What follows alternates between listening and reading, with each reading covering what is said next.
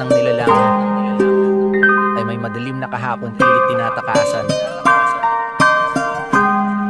Hindi mahalaga kung ilang beses ka mang nagapa, ang mahalaga'y ilang beses ka tumayo mula sa pagkakadapa, at kung paano mo pangahawakan at haharapin ang iyong tadhana.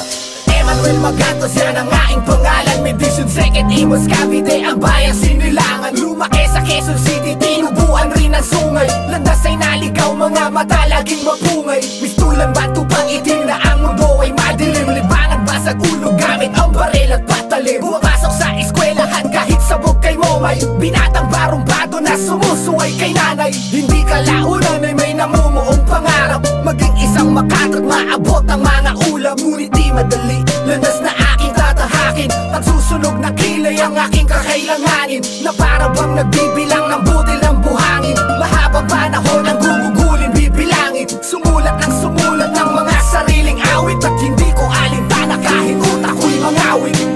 Ang landas na tangan ko, umiikot sa aking mundo.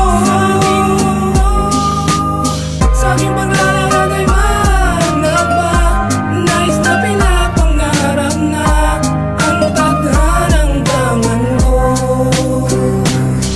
Mga nalathalang himig, puro galit ang laman. Mistulan bang isang punyal na humihiwa ng laman. Naglimbag na mga talata hanggang mikropono'y magbaga. Pamatid-litid mga liriko kahit bumigay ang baga. At inukit ko pangalan ko sa sirkulasyon, gamit pawis at dugo kahit may kontradiksyon.